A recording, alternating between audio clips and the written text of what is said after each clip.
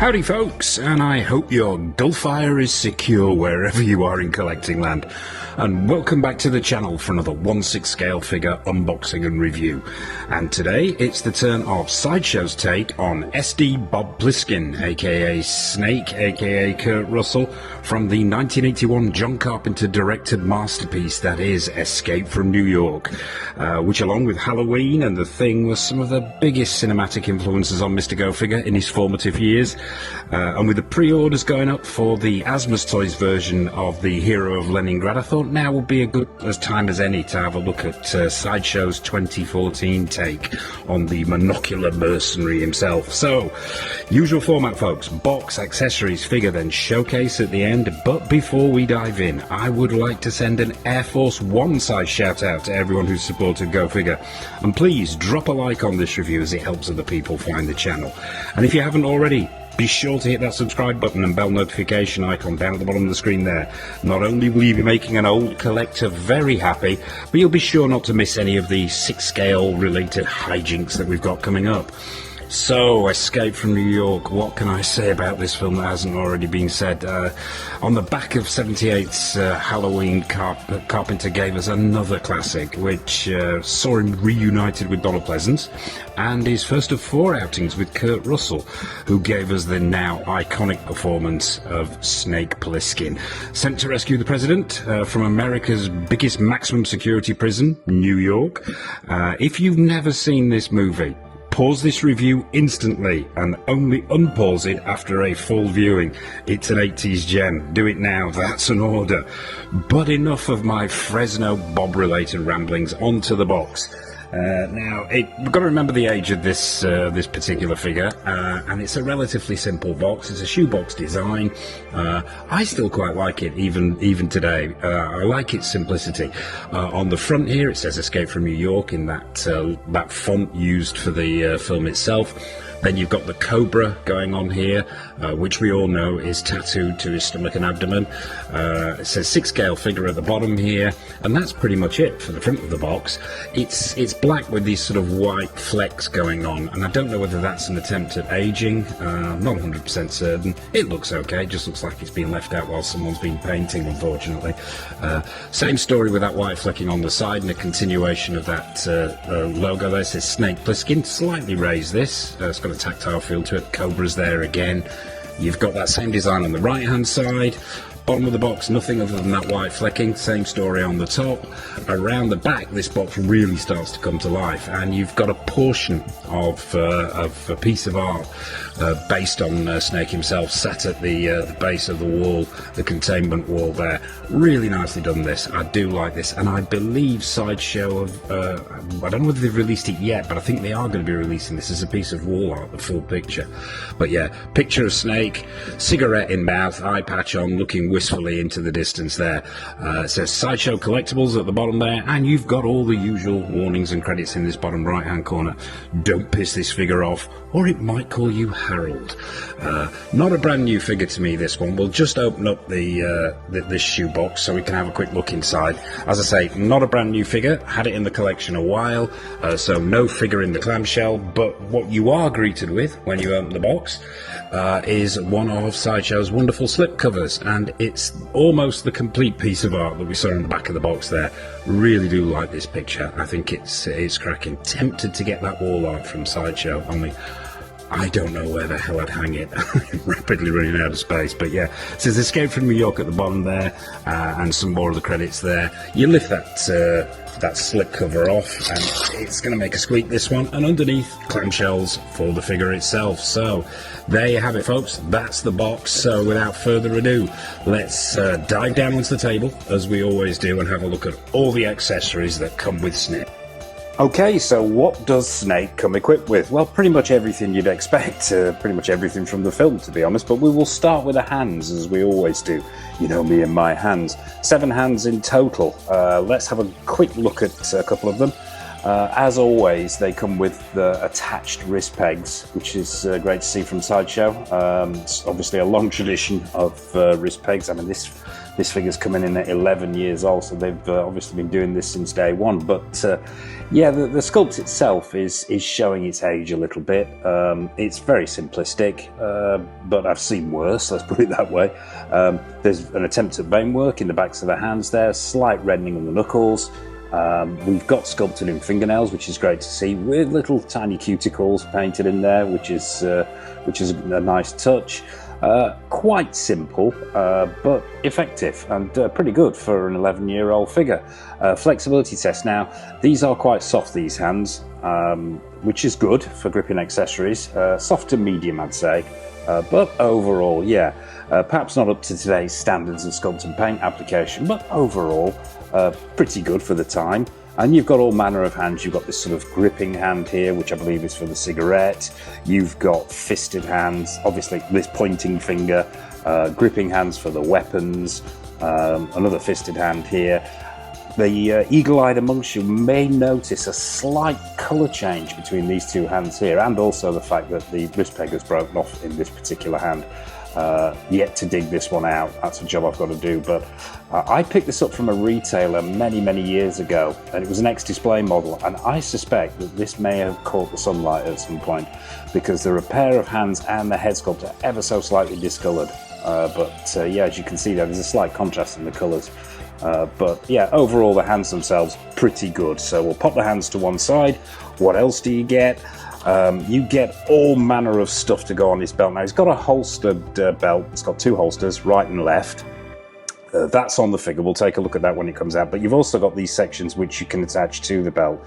Now, these are all made out of sculpted plastic, which is great to see, to be honest. No pleather on these, so they haven't deteriorated at all. But yeah, sculpted plastic. This one, I believe, is for holding the extra magazines for the Uzi. They are relatively simple. They've got a loop on there just so they'll fit through the belt itself, and they've got this sort of stud fastening affair going on, if the light will catch this. Not my favourite in the world, because once you've got this out and closing it, especially if there's nothing in there, it can be a bit of a ball ache. But as I say, we can let this off for a 10-year-old figure. I'm just happy that they use plastic here rather than pleather. So yeah, I believe that one is for the extra magazines for the Uzi. This one is for the locating device, the location device. We'll take a look at that now. Screen accurate, all made out of sculpted plastic here. You've got this clear grid on the front with a red dot to indicate where the president isn't. But yeah, the screen accuracy is there. Not much in the way of paint applications, but there's some nice detailing around the edges there, and the screen itself's done quite well in this clear plastic with this white grid across it. So yeah, if you're wanting to store that on the belt itself, you can stick it in this pouch, attach it to the belt, or alternatively, he does have a hand for holding this, and I think that's one of the ones that's actually on the figure. Yeah, it's got a slightly wider gripping hand, but we'll look at that when we bring it out. So yeah, that's the location device and its pouch. That's the pouch for the Uzi mags. Let's take a look at the two spare mags that you get. Very simple. One piece of sculpted plastic. There's sort of an attempt at sculpting in bullets there, and paint applications a little bit primitive, but it's there. And as I say, you can store these on the belt if you're wanting to in that pouch. That one is slightly better on the paint applications on the top there if the light's catching it. But yeah, so two spare mags. While we're talking about the Uzi, let's take a look at it. Relatively simply done here, this. Not the most detailed of 6-scale weapons I've ever seen, but the screen accuracy is there in the design, and it's this sort of micro Uzi pistol with a suppressor on the front and a telescopic sight on it.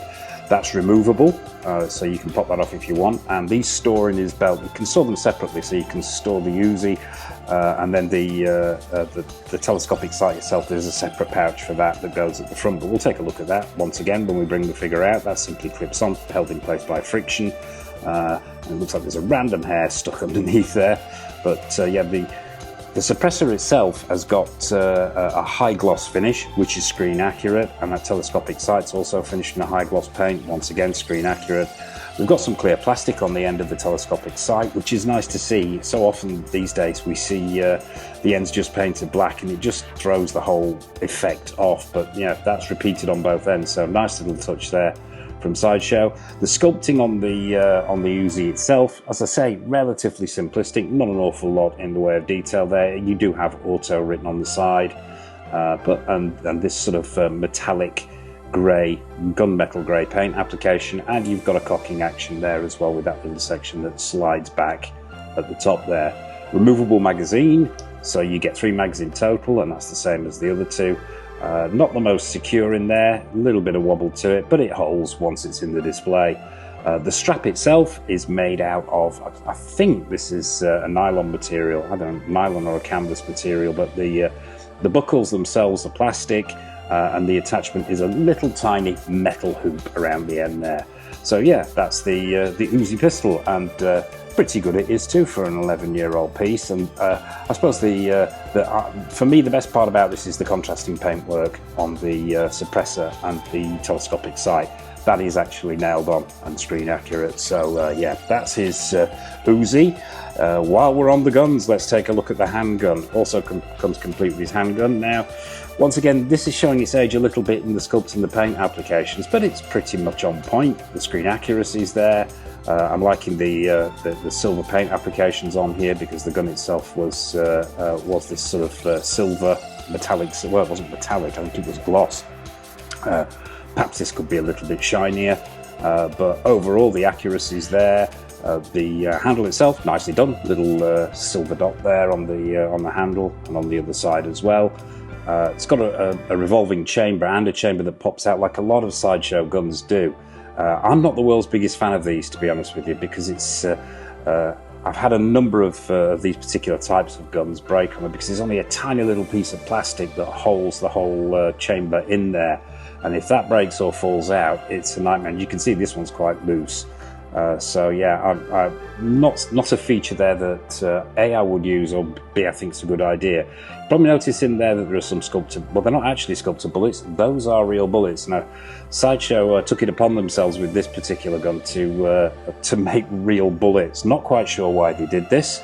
I think it's just asking for trouble. But if I can grab hold of this bullet with my sausage fingers, tiny little 6-scale bullet, painted sort of brassy gold colour, and they all come out. So yeah, I'm not awfully keen on that idea. It's a great way to invite the pixies to come in and steal your tiny little bullets. So yeah, perhaps could do with that being secured, but overall I think the sculpt and paint applications are pretty good for the time. And once again, you've got that super high gloss telescopic sight on the top there, which is nice to see. And once again, they've used clear plastic or slightly opaque plastic on the ends there, which is a nice touch as well. So that's the handgun. You also get this pouch. Now, I'm not 100% certain what this pouch is for, to be honest with you. I've been trying to figure that out for a long time. It could be for spare mags, not 100% certain. But once again, it's the same as the other pouches. It's made out of a plastic material with that sort of stud fastening at the top there and a loop on the back. What else do you get? Walkie-talkie. Yeah, a very 80s device, the walkie-talkie. Pretty screen accurate this, all one piece of sculpted plastic, some nice paint applications, super high gloss black paint. The detailing is picked out with those silver paint apps.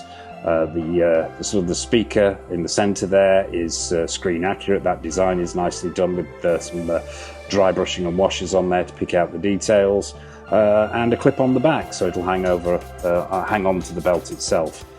Telescopic aerial on this one. Well, I say telescopic, it's a pull in, pull out. It will slide up, so if you're wanting to pose him in the display on the walkie-talkie, you can have the aerial up as well. Don't make the mistake I did, which was thinking, oh, the whole thing's telescopic, and start pulling up this little bit at the end there. It's not. It's just that one section, which has got a little bit loose over the years, so it has a tendency to fall back in. But yeah, nicely sculpted, nicely painted. What else? Cigarette, 1/6 scale cigarette. Simple as that. Sculpted plastic, detailing is good. Red paint application on the end there to indicate the burn. And the filter there picked out in brown paint. So if you want to have him clutching a smoke, you can do that as well. Throwing stars comes complete with 3 throwing stars. You get this large sort of well, I'm not even going to tell you what that reminds me of, but yeah, you get this sort of cross effect throwing star with these points on the ends there. Sculpted plastic, all three of them, and nice paint applications on here. They've actually weathered the ends of these with some darker grey dry brushing over the top of the metallic paint app to just to give it that authenticity. So yeah, that one, you get a larger, just straight throwing star itself, and a third one with slightly more prongs and a hole in the middle. But once again, they've been weathered with that darker dry brushing to give it that metallic look. So yeah, nice touch there. Finally, these two, you get the countdown timer. Now, this is sculpted plastic as well, which is great to see. No pleather on this strap, so props to Sideshow there for not going down the pleather route. But yeah, the screen accuracy is pretty much there. It had that super wide 80s style face. Simply a countdown timer. You've got, now I don't know whether these are actually, I think there's probably a sticker underneath a clear piece of plastic across the top there, and if the camera will focus on that, the light will catch that. It actually says 4 hours and 22 seconds on there in red. That's the amount of time he's got left before those capsules go pop. But the paint applications are good. You've got that sort of goldy brass edging around the face of the countdown timer. The studs are picked out on the strap. The strap is thick and in keeping with the film. The screen accuracy is there. And as I say, great to see that they've used plastic here, Sideshow. We all know what happens to pleather. And finally, the button. The button to activate the countdown once he finds the president. And one piece of sculpted plastic here with a sort of a gold effect. I mean, it was gold in the film, sort of goldy brass colour. It was super shiny, and they've sort of caught that here. I think maybe the age of this, it's lost a tad of its luster, but it still looks very good. There's a hinge on there. There's a sort of an attempt at the eagle on the top there, but it looks more like a parakeet than an eagle. I think his nose has dropped a little bit there, its beak. But there's a hinge on there, and you can pop that open, and underneath they've sculpted in a red button as well. So yeah, overall pretty good. Maybe the only complaint about that is that eagle isn't the best eagle I've ever seen in profile. But yeah, if you wanted to put this on the figure, simply a case of just pop the relevant hand off, slot it onto the wrist, and put the hand back on. So yeah. That is the eagle button and the countdown timer, and finally the stand. We've saved the worst for last. Regulars to the channel will know my feelings on Sideshow stands, so I am not going to repeat myself. Suffice it to say, C- could do better. I suppose they've got an excuse 11 years ago, but the fact that they're still banging these things out today, there's no excuse for that, but I'm not going to go down that route. No negativity here. So yeah, it's the usual story. Hexagonal plastic base, two pieces clipped together. No feet on this one, no felt pads or foam or anything like that. So watch out for slippage in the display. We wouldn't want Snake falling over himself. And yeah, usual story. Hexagonal on the top, and with this sort of high gloss embossed. Well, I don't know whether it's embossed or whether it's. I'm not sure how it's done, whether it's etched or embossed, but it says Escape from New York there, and that's pretty much it. I suppose saving grace is they've got Escape from New York on the top and haven't put it on the bottom. I've seen Sideshow do that in the past. Standard issue Sideshow crotch grabber, which will slide up and down, and that is your stand. So there you have it, folks. That's all the kit that comes with your Snake Plissken. So without further ado, let's bring out S.D Bob Plissken. Let's get him onto that stand, let's get him onto the turntable and have a close-up look at him. Okay folks, so here's Snake onto the stand and turntable. I can't give first impressions, obviously. I've had this figure in the collection a long time, and when I picked this figure up, I've got to say, I was fully aware of the, shall we say, the flaws as well as the good points with this figure, but we'll get to both of those.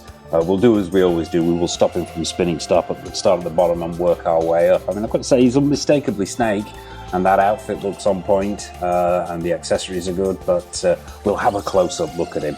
Now, I'm going to have to remove this Uzi because it will fall out. It's not the most secure of things, so I'll remove that before we get up close with him. We'll start with these boots. Nice boots, Snake. All one piece of sculpted plastic, these, and they're screen accurate. I would have to say that they're not the most, it's not the best sculpt I've seen, or the best paint applications. It shows its age a little bit here. There's no split cut boot design here. There is a little bit of give in that ankle, but not a vast amount. So the majority of the movement in the leg for dynamic poses, you're going to be using the knees or the hips here.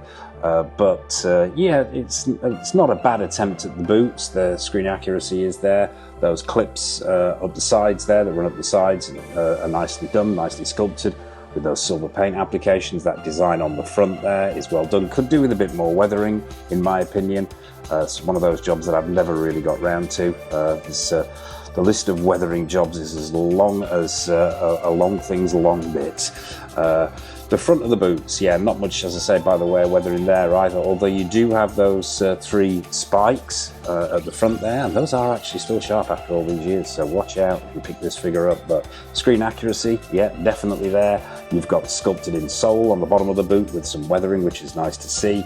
And overall, yeah, well done for 11 years ago, but perhaps, yeah, could be done a little bit better today. We'd like to see a split cut boot design and more detailing and weathering. Let's check the articulation with the knees here now.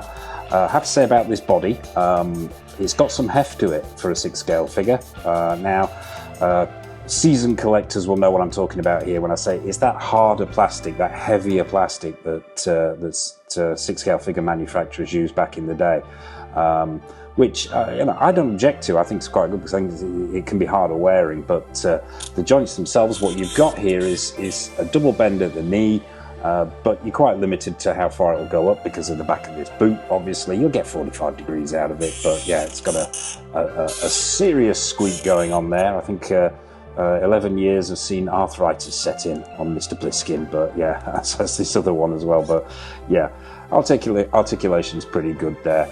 Moving up to these camo pants. Now, these urban camo pants I think are very, very well done, even by today's standards. I think the stitch work is on point, and you know me and my stitch work, I'm a stickler for it. There's no threads hanging down. The seams are really nice. The stitch work around the pockets on the front of the camo pants is good. They fall very, very well because they were tight in the movie. The pattern is good with those shades of grey. It feels like a decent quality cotton material, and overall I think they've done a cracking job here on these camo pants, Sideshow. Moving up to the belt now. The belt itself with the 2 holsters on,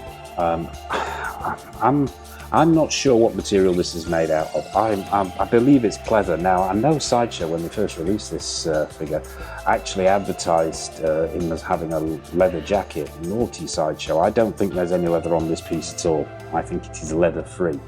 I just think this belt's just stood up very, very well over the years. There's no chipping, no flaking. It's still got that high gloss finish. And I think the fitments on here, I could be wrong, I think that one there is metal, although this buckle section here, I think they're both metal, to be honest. So I think they have used some metal in there. It's got a low loop around the back, which is screen accurate. Let's take a look at these holsters. Now, these holsters are made out of the same material as those pouches that we were looking at earlier. It's this sort of flexible plastic, which is great to see. No pleather on there. I've got the, I'm just going to lift this arm up a little bit. I've got the handgun in this particular holster for a reason now. Just want to demonstrate. Now, it sits nicely in there with the trigger guard going into that hole, and then it's got this loop over the top, but it can be a bit of a pain, and I'll show you why. Let's just take this, try and get this handgun to pop out without the chamber opening. What you've got at the top here, if the camera's picking this up, is a loop with a stud on it.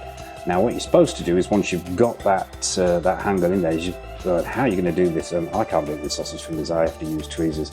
You have to loop it back on itself and then push it into the hole in there. Now, I don't tend to do that. 1, as I say, I've got sausage fingers. 2, if you're doing that, you'll be doing it when you've got the gun in the holster, and you have to put so much pressure on there, and there's nowhere to get any sort of purchase on it. So you're pushing against the body of the figure, trying to get it through, which sort of defeats the object. and then you're also running the risk of damaging the handgun as well. So I just tend to leave it open with the handgun in there. But yeah, you can attach all those separate pouches if you're wanting to, the other accessories. I tend to not do that. I just tend to stick with the 2 holsters and maybe the walkie-talkie if he isn't holding it, which will just simply slot on the belt like this, if it'll work on camera. I think with all the attachments and all the pouches on there, I think it can look a little bit crowded, and I think it detracts from the look.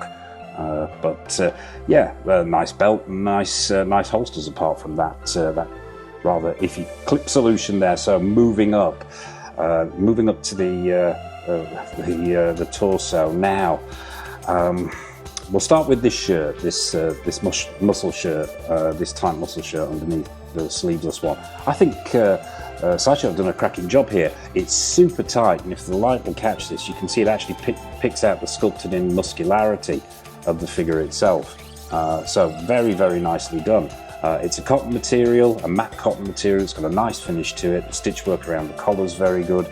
You've got these aren't real zips. They obviously were real zips in the movie, but here they've been stitched in by Sideshow. They're just plastic, and they've been stitched in, but they look effective enough. As I say, it's a sleeveless shirt. Now it does have a feature, this figure, which I have never discovered, or at least never gone out of my way to discover, because it's such a pain to get to. There is actually a painted in cobra in the right colours on his stomach, just about there, but getting to it can be an utter nightmare. Firstly, the jacket, but we'll come to that, but secondly, this shirt. Now this shirt is so tight, and I've never had the pants off to try and figure out how this works. I think this shirt might very well actually be almost like a one piece that goes that actually goes between his legs here, because it is so super tight that pulling it up is damn near impossible. I have tried to pull this shirt up so we can see this, but I think if you're going to go for that look, exposing that tattoo, you've got to go completely bare-chested. And obviously, this isn't a seamless figure, so yeah, it's going to look ugly just to show off that tattoo. So it's something I've never gone looking for. But yeah, so but it is there. Trust me. Take my word for it on this one. Moving up to the jacket now, as I say, Sideshow advertised this as leather, and it isn't. This is a pleather. However, considering it's 11 years old, I think it's held up pretty well. I'm not going to demonstrate what it looks like with just the muscle t-shirt on, because therein lies another issue with this figure. This jacket is so super tight that getting it on and getting it off is an utter ball ache and can take forever. And obviously as well, with this jacket being pleather, you risk damaging it, taking it on and off. I've had it off once, and I had to be hospitalised for about 3 weeks after. It caused me that much stress. Getting it back on was just utterly horrendous. However, the cut is right, the style is right, and the pleather's held up pretty well, as you can see. Yeah, I mean, you could say it's going a little bit around this faux zip area here, and maybe on the cuffs a little bit. But that's a plus side with this figure. The colour is just about screen accurate. However, it's the weathering on this. The cut, the finish, the materials, yeah, we won't go there. It's pleather, and we all know my feelings on pleather. I think the cut, the finish, and the style is good. I think what lets this thing down is obviously getting it on and off is an utter nightmare, but it's the weathering. It hasn't been weathered correctly. I think these collars are slightly too big as well. If you actually revisit the film, you'll see the jacket that Snake wore was absolutely battered, and this is way too clean, even 11 years down the line, even with pleather deterioration. But it serves a purpose, let's put it that way. So yeah, I mean, the stitch work in the pleather is good. The detailing around the back is good. You can see there that it's just starting to go on the edges a little bit, but I think it's held up pretty well. So yeah, that's the jacket. So on to the all-important head. Well, actually, let's just check the articulation on this body. Now, it does have a very, very good range of articulation here. As you can see at the waist there, you've got almost a full twist, so you can really, really go for the posing here. and it looks so good, particularly if he's holding the Uzi and you've got him like this turning to give it that dynamic look. And yeah, there's a full range of motion in that torso section.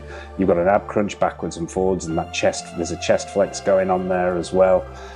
The arms themselves, obviously, they're going to be limited by the jacket and the amount of movement you're going to get out of there. But I think you've got a butterfly joint going on at the shoulder there, yeah. And the elbow will flex pretty much to 45 degrees, not much further than that. I don't know, some of that is I think it's just a single joint there, but some of that is down to the jacket. And obviously, if you're going to leave him wearing this jacket in a dynamic pose, be super careful, because this jacket will just fall apart. But yeah, and there's the same amount of movement in this arm as well. But let's take a look at that head sculpt. Oh, forgot to mention the hands here. Now, as you can see here, and I'm going to bring in another one of these hands. I mentioned that discoloration that's going on. You can see it on this hand here. So I suspect those two hands were the ones that were displayed, and you do see it a little bit in this head sculpt, not as pronounced as the hands. But let's take a look at the head sculpt now. There's one head sculpt with this figure.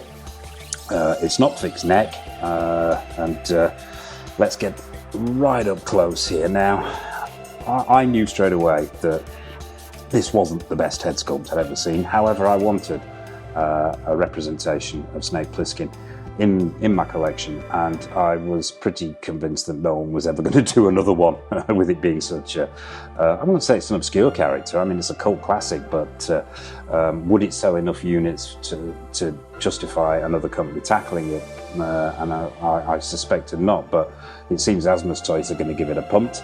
I believe that. I don't know whether that's licensed or unlicensed. I have to double check, but I do have a pre-ordering on that one.